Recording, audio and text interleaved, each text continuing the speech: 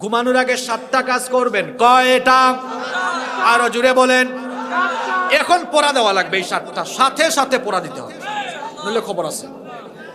ঘুমানোর আগে 1 নাম্বার আমল ফজরের নামাজে শয়তানকে পরাজিত করার জন্য আমরা রাতে ঘুমানোর আগে আমল করব কয়টা? 1 নাম্বার আমল হলো ফজরের নামাজে ঘুমানোর আগে আমরা রাতের বেলা ঘুমানোর আগে 1 নাম্বারে ওযু করব। সবাই জুড়ে বলতে হবে, জুড়ে পেছন থেকে আওয়াজ আসতে হবে। ঘুমানোর আগে 1 নাম্বার আমল করব, আমলের নাম কি? প্রশ্ন হলো হুজুর ওযু করব কেন? কারণ আপনি ঘুমের মধ্যে মারা যেতে পারেন কিনা। ওযু করে যদি আপনি ঘুমায় যান, ঘুমের মধ্যে যদি মারা যান, ওযুর বরকতে আপনাকে জান্নাত দিয়ে দিবেন কে? তাহলে ঘুমানোর আগের 1 নাম্বার আমলের নাম আরো জোরে। 2 নাম্বার আমল, সবার ঘরের ভেতরে কোরআনে কারীম আছে কিনা? মাহবুবটা কি আসছেন? আমার মাহবুবদের জন্য এই ওয়াজ জায়গা হচ্ছে না। এই সুবহানাল্লাহ, আল্লাহ কবুল করেন। আল্লাহ আমার মা বোনদের গুনাহ মাফ করে দেন। 2 নাম্বার আমলের কথা বলছিলাম। কোরআন সবার বাড়িতে আছে তো? কোরআনটা খুলবেন। কোরআন খুলে আপনারা একটা সূরা পড়বেন।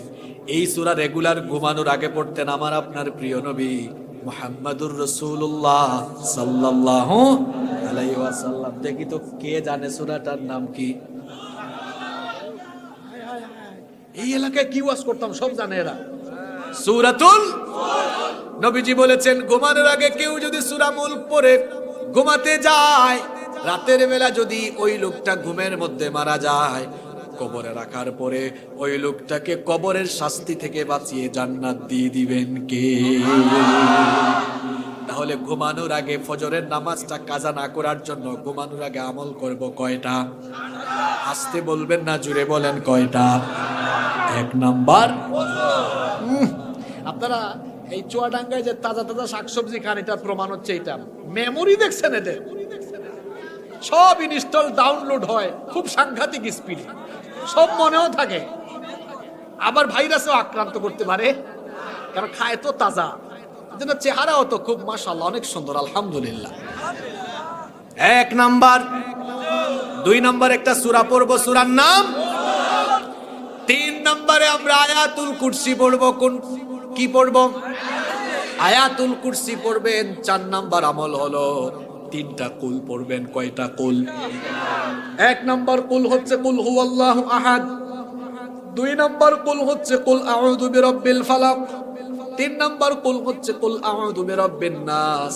এই সূরাগুলো পড়ে নিজের গায়ে ঝাড় ফুঁক দেন, একটু ফু মারেন, দেখবেন ঘুমের মধ্যে অনেক রে বুবাজিনে ধরে আছে না নাই?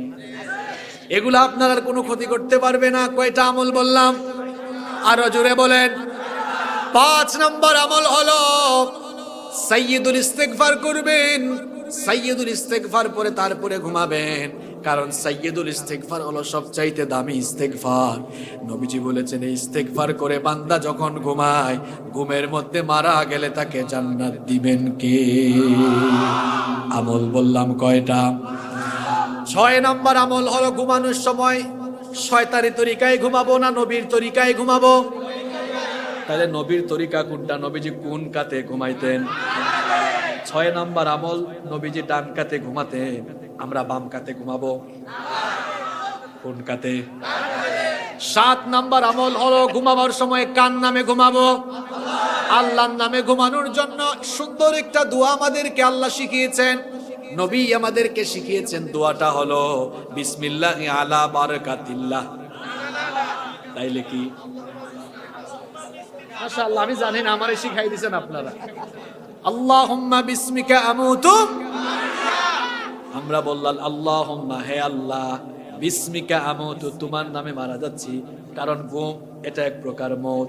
এই যে আমল বললাম কয়টা? 7 নাম্বার আমলে এসে কি বললাম? সুবহানাল্লাহ, দেখেন বলতেছি আল্লাহ আমি তোমার নামে ঘুমাচ্ছি, তোমার নামে আবার আমি জিন্দা হব।